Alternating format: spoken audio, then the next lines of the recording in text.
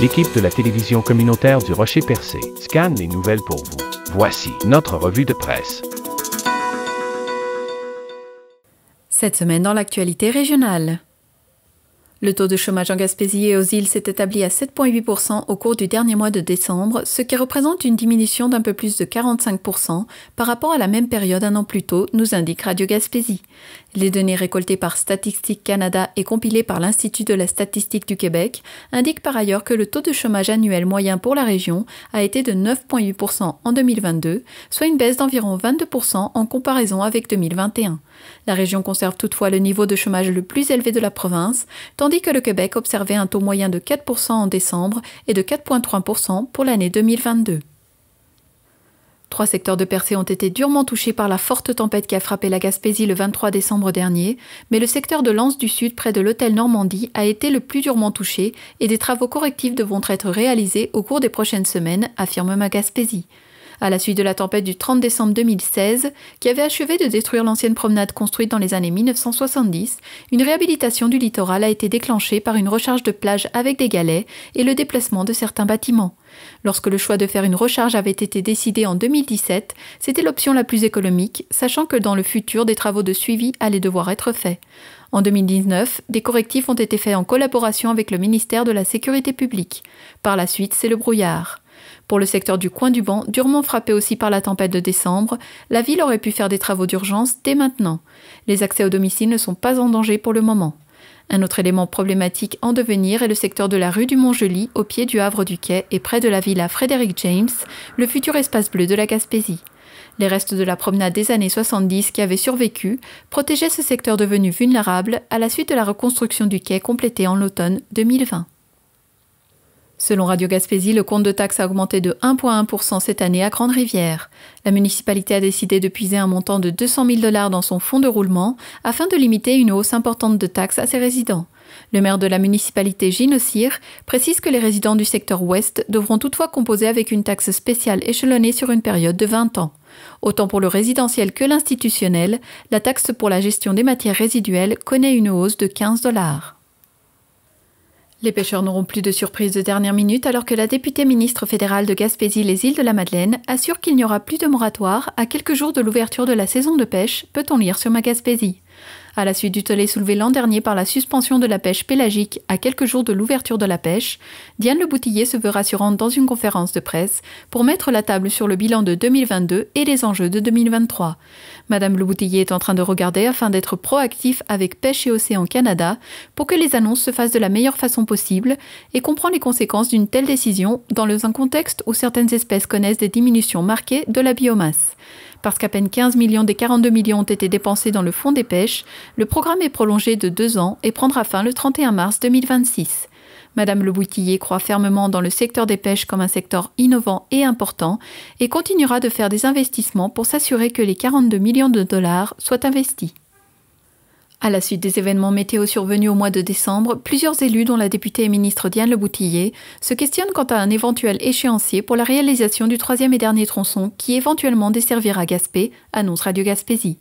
Éric Dubé, président de la Société du chemin de fer de la Gaspésie, estime pour sa part que le dossier ne relève que du gouvernement provincial et que celui-ci a démontré sa volonté quant à la réalisation du projet. Face au changement climatique et à l'érosion côtière, celui-ci reconnaît qu'il y a de grands défis techniques à relever, mais qu'il faut aussi comprendre que le rail est plus qu'un chemin de fer. Selon Éric Dubé, bien des choses ont effectivement changé depuis la dernière évaluation des travaux à effectuer et de leurs coûts. Le président de la Société du chemin de fer croit que peu importe les défis à relever, le projet du rail gaspésien est encore réaliste et pertinent dans une perspective à long terme. Quant à une date pour l'arrivée du train à Gaspé, Éric Dubé préfère parler d'étapes à réaliser ou de ponts à traverser. Toujours selon Radio Gaspésie, le directeur général d'Energica demeure confiant qu'Hydro-Québec restera orienté vers le développement de la filière éolienne après le départ de la PDG Sophie Brochu. Sous sa gouverne, la société d'État a choisi d'aller de l'avant avec un appel d'offres de 15 000 MW réservé aux projets éoliens. Sans connaître d'autres raisons de ce qui a été évoqué dans les médias par Sophie Brochu, le directeur de l'organisme gaspésien voué au développement de cette filière, Frédéric Côté, signale que l'orientation d'Hydro-Québec est claire. Le gouvernement Legault s'en est tenu à de brefs éloges à l'endroit de Sophie Brochu mardi, face à la démission inattendue de la présidente et directrice générale d'Hydro-Québec. Grande Rivière estime que la décision de Percé de devenir autonome au niveau de son service de protection des incendies se traduira par un manque à gagner de 40 000 $, nous indique Magaspésie.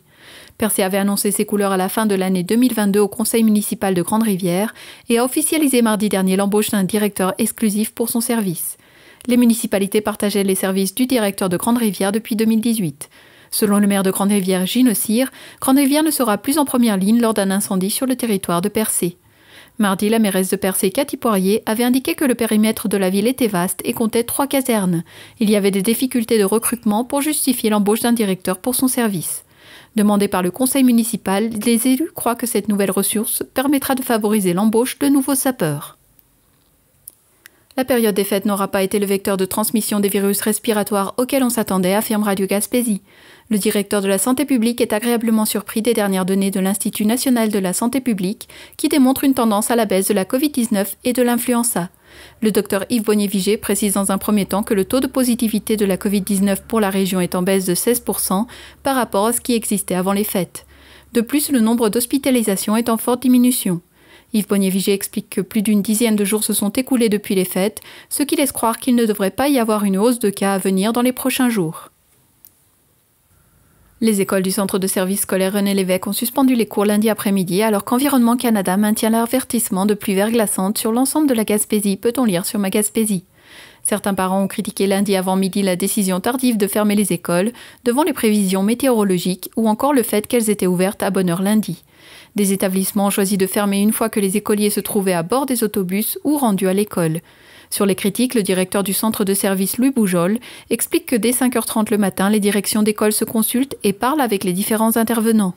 Il précise que le protocole en cas de fermeture a été mis à jour l'an dernier. Selon le météorologue Simon Legault, les quantités sont difficiles à prévoir selon l'apport du grésil ou de la pluie verglaçante, car cela peut changer d'un endroit à l'autre ou d'une altitude à l'autre. Pour la suite de la semaine, aucun gros système n'est prévu et le mercure devrait revenir à des valeurs saisonnières. Pêche et Océan Canada ajoute une corde à son arc dans le cadre des efforts du fédéral pour protéger la baleine noire de l'Atlantique Nord, nous dévoile Radio Gaspésie. Au travers de son initiative Balénidée, le ministère finance la recherche et le développement de solutions novatrices pour la préservation de l'espèce. Pour y arriver, on veut miser sur la détection de spécimens par imagerie satellitaire. Des 5 projets soutenus, celui mené par l'Université d'Ottawa a fait l'objet d'une publication dans la revue marine Mammal Science. Alliant les ressources de l'Agence spatiale canadienne, l'intelligence artificielle et la collaboration d'une multitude de scientifiques, la nouvelle technologie de détection par imagerie satellitaire a de quoi retenir l'attention.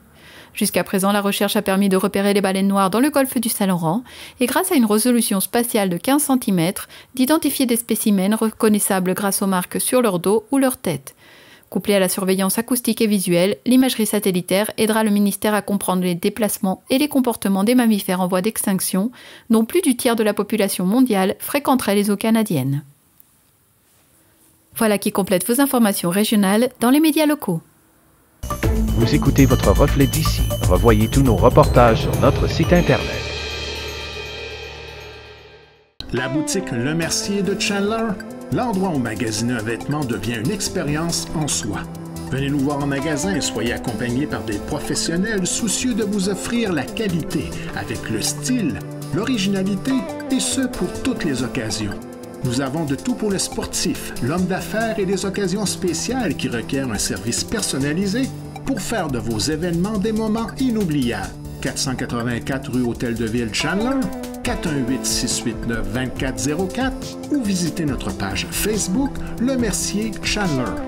Boutique Le Mercier, la référence en mode masculine en région.